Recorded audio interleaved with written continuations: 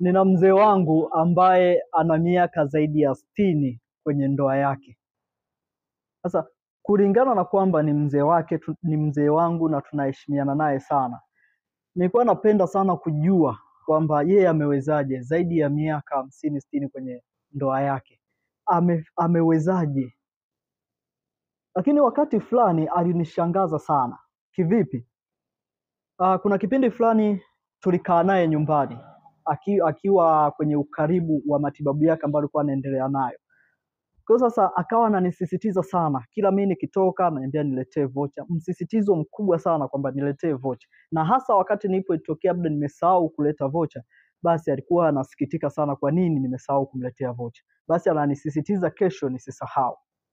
Siku moja nikawa kweli nimekumbuka vizuri na nikaileta vocha. Akanisisitiza niungie niwekee na dakika kabisa ili apige tu simu moja kwa moja. Sasa nikasema mzee wangu ana shida gani kubwa hii ambayo ananisisitiza mno? Cha ajabu alitumia dakika 3, sidhani hazizidi hata dakika 3 kuzungumza na mtu ambaye alikuwa anatamani kuzungumza naye.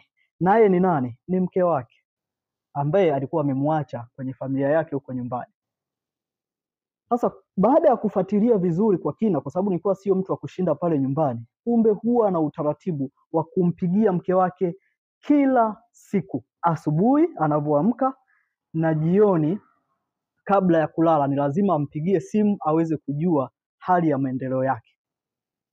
Sasa hili ni somo, nikaja nikagundua kumbe kuna hekima katika kuwasiliana. Je, wewe mara yako ya mwisho kumjulia hali mwenzako ilikuwa ni lini? Kuna hekima sana katika kufanya mawasiliano. Usiache kufanya mawasiliano kwa mwenzi wako.